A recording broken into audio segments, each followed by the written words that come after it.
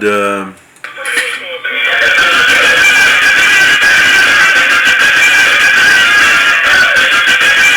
exceptionnellement ce matin, ni de Johanna Marquis, que nous déplorons bien évidemment, mais أرضي وبلادي قلبي وفؤادي من المجد من المجد من المجد مجد عاشت عربية حرة أبية هي ظلكم قابون قلبي وبلادي قلبي وفؤادي.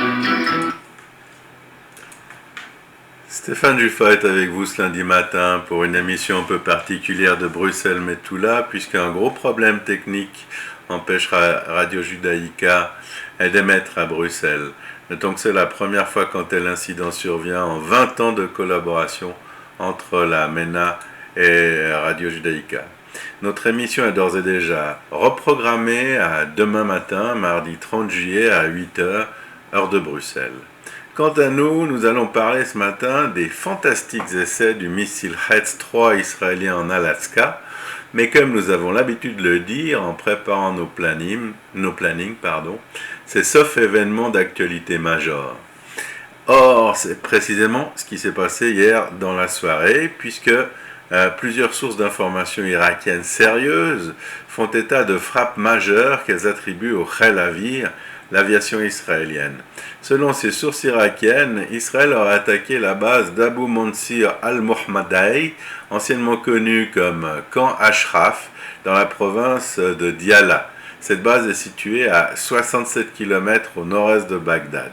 Et le raid aurait eu deux objectifs. Premièrement, une base de missiles balistiques récemment déployée par l'Iran. Et deuxièmement, une concentration de commandants de la force Quds. Quds en arabe et en farsi, c'est Jérusalem. C'est l'unité d'élite du corps des gardiens de la révolution islamique iranien, accompagnée de miliciens du Hezbollah chiite libanais et de miliciens chiites irakiens également du groupe Badr, qui sont les supplétifs de l'Iran en Irak. Les objectifs auraient été atteints et anéantis, et les informations en provenance d'Irak font état ce matin d'entre 50 et 70 tués et de dizaines de blessés. Il est clair que l'Iran déploie des missiles balistiques partout où il le peut et dans l'urgence, afin de préparer une éventuelle riposte à une attaque américaine sur son territoire, notamment contre ses infrastructures nucléaires. La République islamique aimerait dissuader les Américains de lancer une offensive de ce genre en établissant une contre-menace visant des bases américaines dans le Golfe, en Syrie et en Irak, ainsi que visant Israël, l'Arabie Saoudite et les Émirats du Golfe Persique. Or, l'attaque hier de la base d'Abu Mansir al-Mohammadai ne va pas aider les Perses à établir ces contre-menaces, et les résultats des tests du Hetz en Alaska encore moins. Les tests en question sont déroulés donc en Alaska, parce qu'on n'avait pas les conditions requises en Israël ni dans la région, on n'a pas assez d'espace. Ces tests ont été menés par les ingénieurs israéliens en compagnie de leurs homologues américains. Il s'agissait pour la première fois d'intercepter de vrais missiles balistiques volant à une altitude opérationnelle et à une vitesse opérationnelle. C'était une sorte d'homologation quasi définitive avant déploiement du missile antimissile Hetz 3, la flèche en français, et de tous les systèmes qui l'accompagnent. Et là, on est de plein pied dans la science-fiction. Imaginons. Des fusées sont sorties de l'atmosphère terrestre. Elles ont placé des véhicules chasseurs dans l'espace interplanétaire, l'espace, à l'affût de missiles balistiques. Ces véhicules chasseurs ne sont pas placés sur une orbite fixe comme les véhicules spatiaux habituels, mais ils évoluent dans une région, un peu comme des avions spatiaux sans ailes, et ils peuvent se déplacer dans toutes les directions et quasi instantanément. Lorsque les radars embarqués, appuyés par de puissantissimes radars au sol, identifient et localisent un engin ennemi, ils calculent sa trajectoire, puis se ruent à sa rencontre et le font exploser. En théorie, c'est plus simple que ce qu'ont à accomplir les Hetz des générations précédentes qui décollent de la Terre et doivent pendant leur ascension croiser le missile ennemi assez près et à des vitesses vertigineuses afin de le détruire. D'ailleurs, d'après nos informations, le Hetz 3, malgré sa sophistication, coûterait moins cher à fabriquer que les Hetz précédents, les deux géants. Et de plus, si l'interception se déroule beaucoup plus loin du territoire israélien, s'il est tiré par l'Iran, au lieu de l'intercepter sur la Jordanie comme avec les Hetz précédents, on peut l'attendre dans l'espace interplanétaire, sur le golfe Persique ou même sur l'Iran. En théorie, on peut les y attendre longtemps en maintenant des véhicules tueurs dans ces régions, sur ces régions, et on peut en lancer autant qu'on en veut, en tout cas deux, au cas où le premier manquerait sa cible. L'autre avantage de détruire des missiles balistiques quasiment à leur source, ou dès qu'ils sortent de l'atmosphère pour entrer dans l'espace, c'est que leur oblitération intervient bien avant le point de leur trajectoire, duquel ils peuvent éventuellement larguer des ogives multiples, filant chacune vers un objectif distinct, qu'il faut dès lors abattre les unes après les autres, avec toutes les difficultés et les dangers qu'on imagine pour la population civile.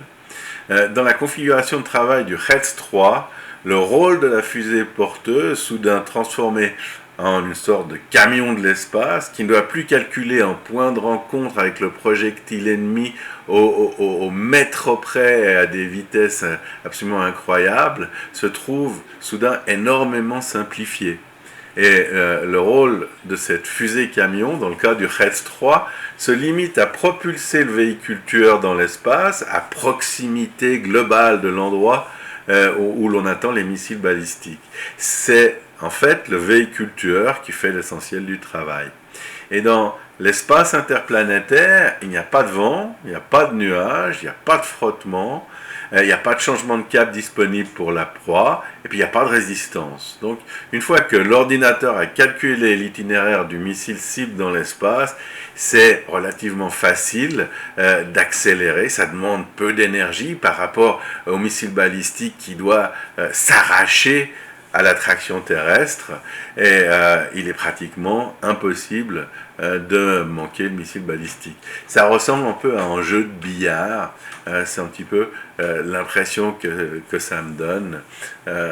C'est la difficulté ou le mode direct d'interception qu'on a quand on tire une boule sur une autre. Et ce qui fait que le taux de succès de la première tentative d'interception est particulièrement élevé, avec plus de 90 chances sur 100 de le détruire.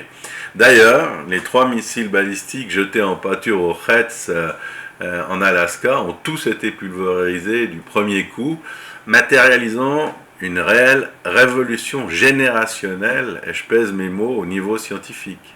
C'est du jamais vu, c'est du jamais conçu.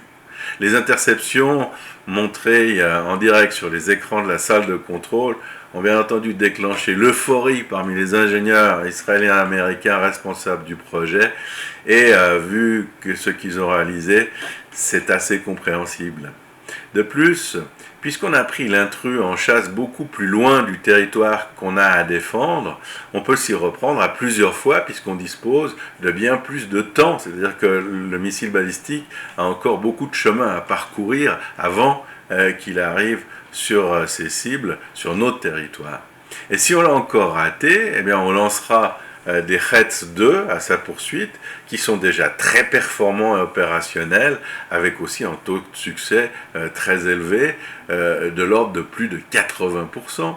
Et si on le rate encore, eh bien en dernier recours, on pourra faire appel aux patriotes à court rayon d'action. Et cette multiplication des moyens d'interception rend le périmètre à défendre virtuellement imprenable et impénétrable par des missiles balistiques de moyenne et de longue portée. À court terme, les milliers de missiles balistiques en service dans le monde ne vont bientôt plus servir à rien. C'est la portée de cette révolution qui ouvre en outre d'innombrables perspectives qui vont bien au-delà de l'exploitation strictement militaire de l'espace. Mais dans son utilisation guerrière, il est évident que le Retz 3 va également pouvoir détruire des satellites hostiles sans beaucoup de difficultés et quelle que soit l'orbite sur laquelle ils sont lancés. Une fois qu'on peut se balader librement dans une région de l'espace, eh bien, on peut viser n'importe quelle cible qui se trouve dans le même environnement. Et on peut compter d'ailleurs sur les Israéliens pour déployer de nouveaux systèmes très rapidement sur le théâtre des opérations, car comme on l'a vu avec le déploiement des missiles balistiques iraniens en Irak et leur destruction hier, eh bien cela procède d'une urgence absolue. Et la dernière menace relative qui pèsera alors sur l'État d'Israël provient des dizaines de milliers de roquettes hyper primitives, donc sans système d'orientation, sans intelligence embarquée, qui sont à disposition du Hezbollah au Liban.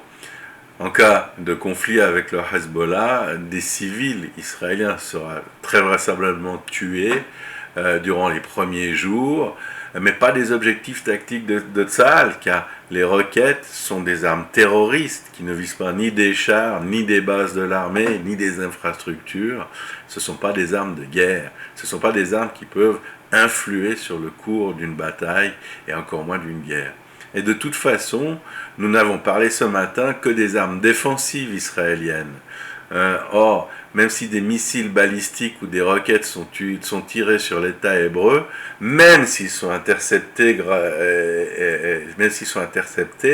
eh bien, grâce aux moyens offensifs dont dispose Israël, et qui sont 10 000 fois plus précis et plus destructifs que ceux de l'Iran et de ses supplétifs, eh bien, tous ces ennemis seront oblitérés. Dernière remarque de cette émission spéciale, on n'a pas parlé des retombées commerciales infinies qui sont promises à la technologie qui a été démontrée, dont l'efficacité a été prouvée la semaine dernière en Alaska.